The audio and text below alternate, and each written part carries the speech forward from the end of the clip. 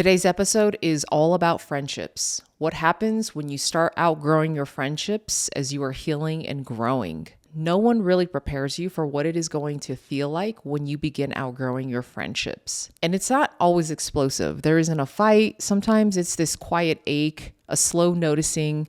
You kind of take your time texting back at first, and then you start shrinking during conversations that used to feel safe. And then you leave every single interaction or hangout feeling really drained. And I think at the beginning, it's really hard to pinpoint what it is exactly. Why are you feeling this way? Because you're still trying to understand yourself in terms of really healing and growing. And now you have this other aspect in your life, all these other facets, especially when it comes to friendships that have been with you for decades. And at first, you start to question yourself. Am I being sensitive? Am I the problem? What is wrong here? Why do I feel this way? But then as you continue healing and growing, you start to realize that you're just no longer available for dynamics that ask you to stay small in order to keep the peace. Friendships are emotional ecosystems. They thrive when both people grow, evolve, and stretch. But when one person starts healing and they're setting boundaries, they're unpacking childhood wounds and patterns, and they are learning that their old survival strategies that they once normalized aren't actually normal anymore, and they're gaining a new, greater sense of peace, something will shift. The old dynamics, especially the friendships, start to feel different. They feel tight, and you start to feel like you're shrinking back into the version that they're comfortable with, not the version you are working to become and grow out of. You notice conversations revolve around the same recycled stories. There's the same inside jokes that no longer feel that funny, and you have the same coping mechanisms that are disguised as connection and closeness. And the hardest part is that you love these people. These are your friends. They've been in your life forever. Could be just one person that you've just known for a really long time. You know you love them. You just don't love who you are anymore when you are around them because you're reminded of the same nervous system activations and reactions instead of intentional in how you respond and how you're able to relate and how you're able to have capacity. It starts to feel as if it's suffocating because you are ready for a greater level of connection and they are still hanging on to what once was. And this feels disorienting because friendships are supposed to feel safe. They're the people that you went to when you had issues with your parents. They're the ones that you went to when you had issues with your partner, your boyfriend, your girlfriend, or anything else in your life, any career or any sort of goals that you put in place. They were the people who saw you through a lot of this. And you built memories together. And sometimes a friendship was built on who you were, not who you're becoming. That is the most difficult realization and part to accept. So now you're craving a different kind of energy, one that feels cleaner, one that feels like it needs space for growth and for people to be able to meet you there. This isn't about being selfish. This isn't about I'm growing, you're not, and I want nothing to do with you. But as you're changing and you're evolving and you're growing out of your survival strategies, you have to realize that the same environment, relationships, dynamics, and friendships just aren't going to sit well with you anymore. So when your growth outpaces the emotional agreements of the friendship, things will get very uncomfortable. One of you starts to reach for depth and the other wants to keep it light. One of you starts taking responsibility and the other deflects, jokes, or ghosts. And so one of you wants to talk about healing and what it is that you're going through, while the other one is rolling their eyes that therapy doesn't really work. And you realize that you're no longer speaking the same language. And no matter how much you translate, the message just doesn't land. And letting go of friendship isn't just about the person.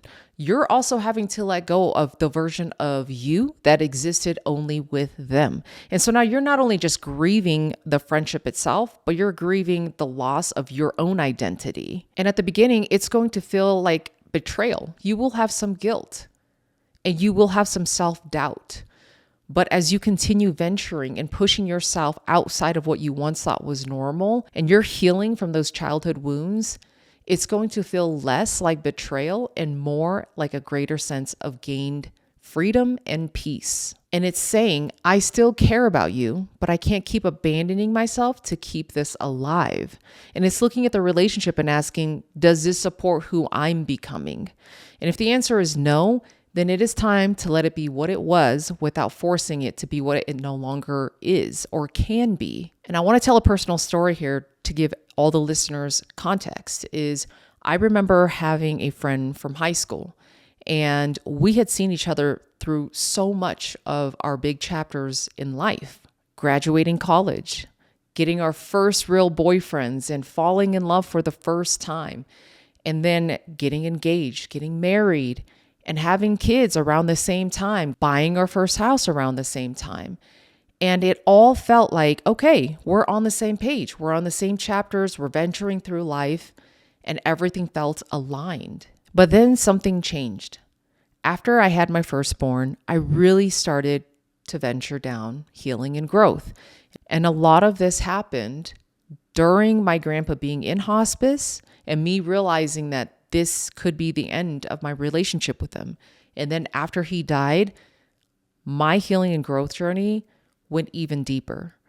And it made me realize that my connection to this friendship was starting to grow a greater distance between who I once was and who I am becoming. And so our conversations started to feel stiff. They felt like the connection wasn't really there anymore, that we were on completely different planets. And we went through a period of time where we weren't talking very much. And then we decided to grab coffee, hang out, and talk. And during this conversation, I let her express so much of her grievances in our friendship to me. I wanted to hear her out. It was important to validate her.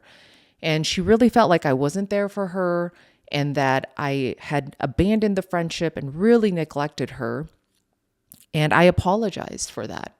I apologized for not being there for her in the ways that I once was, not being there for her in the ways that she had hoped that I could be there. And it was really clear to me that she wasn't the type of friend that could grow with me, because one of the key things that I remember pointing out in that conversation was saying to her that I understand that our friendship is going through its own fair share of problems at this point.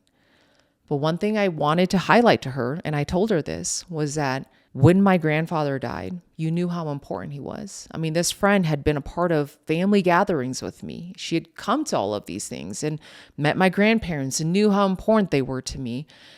And I had said to her, you couldn't even put that aside to really be there for me. So the temporary parts of our friendship kind of ebbing and flowing through our own growth and our own chapters and changes in our own individual lives, it's temporary, right? You couldn't be there for me in my most permanent moments in life, which was dealing with death. And as the conversation continued, I was really clear that my expectation is I will be there for you. I want you in my life. And this is the truth. I did want her in my life. I was okay being a friend, but I wanted her to also know that the friendship wasn't going to be the way that it was before, where I was overgiving, or I was always there, or checking in on her before I was even checking in on myself. I mean, that is my childhood wound, is being an overgiver. So I always self-sacrificed for other people's comfort. And that was something that was a boundary I decided to draw, and I was not going to do that anymore because it was hindering my growth. And so I let her know, this is my expectation. I want to stay in touch, but I have no expectations that you need to be there beyond your own capacity. And I want the same for myself and what I bring to this friendship. And so we both agreed. And overnight, I think she took time to think about it. I'm sure the conversation didn't go the way she had hoped. And the next morning I get a call and she says, I gave this some thought and I just don't think I want to be friends at all.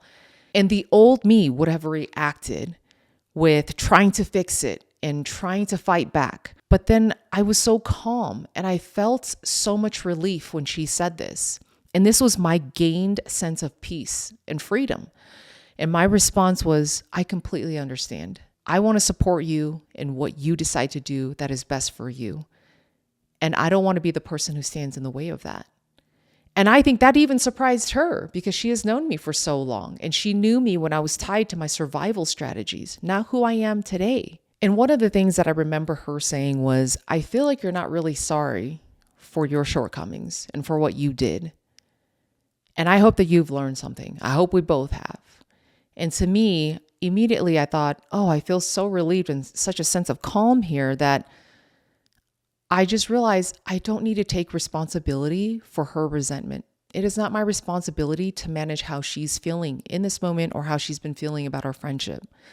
Because one of the things that is so important as we all go through our growth and healing is recognizing that other people have their own lives, other people have their own chapters, their challenges and hurdles that they're going through. To expect anybody to give more than what they're able to is selfish. And we got to put ourselves in check just as much as we're putting other people in check.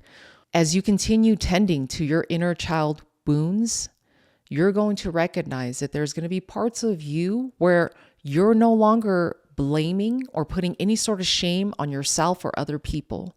It is what it exactly is in that moment, is that everybody is operating based on what their capacity is. And you have to be able to be okay with that. And if you're not, that is when the paths have to go their own separate ways. And you don't always need conversations to have any sort of closure. That's something important to know too. And endings don't have to be dramatic at all either. You don't need to demonize the other person. You also don't need to rewrite the entire story so that you look better and it becomes a story about who was right and who was wrong.